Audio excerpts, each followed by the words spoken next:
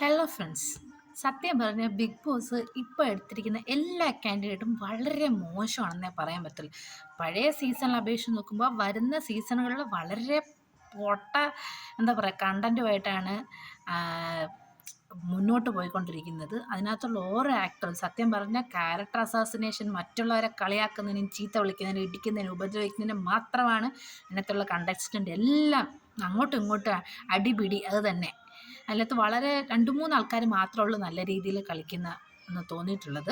അപ്പോൾ എനിക്കിപ്പോൾ പറയാനുള്ളതെന്ന് പറഞ്ഞാൽ അനുമോളെക്കുറിച്ചൊരു അലിഗേഷൻ, എന്താ പറയുക, അനുമോൾ ആക്ടറാണോ, അവരെ ആ ആക്ട്രസിൻ്റെ പേരിൽ കുറേ തേജോവധം ചെയ്യുന്ന കണ്ടു ആ ലൈവ് അതിനകത്ത് വെച്ചിട്ട്. അപ്പോൾ എനിക്ക് പറയാമെന്ന് വെച്ചാൽ അതിനെ എതിർക്കുന്ന ആൾക്കാർ അയ്യോ ആക്ടറാണോ എന്ന് ചോദിക്കുന്നത്. അക്ബർ ഒരു സിംഗറാണ്, അയാൾ വന്നിരിക്കുന്ന ഏതാണ്ട് സി കേരളോ അതുവഴി വന്നൊരു സിംഗറാണ്.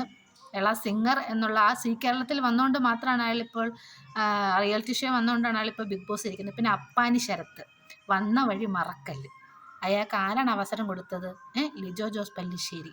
അങ്ങനെ ഒരു അവസരം കൊടുത്തുകൊണ്ടാണ് അയാൾ ഇപ്പോൾ ഇന്ന നിലയിൽ നിൽക്കുന്നത്, ബിഗ് ബോസിനകത്ത് കയറിയിരിക്കുന്നത്. പിന്നെ ഞാൻ നേരത്തെ വീഡിയോ ഇട്ട നമുക്ക് റെന ഫാത്തിമ, ഒന്നും പറയാനില്ല. അപ്പോൾ ഇവരെല്ലാവരും കൂടെ ആയിരിക്കോട്ടെ, എന്തും ആയിക്കോട്ടെ, ആ ഒരു അനുമോൾ ആ ഒരു കുട്ടിയെ വളരെ മോശമായിട്ട്, ആക്ട്രസ്സാണോ എന്ത് യോഗ്യത, ആക്ടർ എന്ന് പറയാൻ എല്ലാ ആൾക്കാർക്കും ആക്ടർ എല്ലാവർക്കും അപമാനം എന്ന രീതിയിൽ എന്നൊക്കെ പറഞ്ഞ് കുറേ ടോക്സ് കാര്യങ്ങൾ നടക്കുന്നുണ്ട്. അപ്പോൾ എന്താ പറയുക,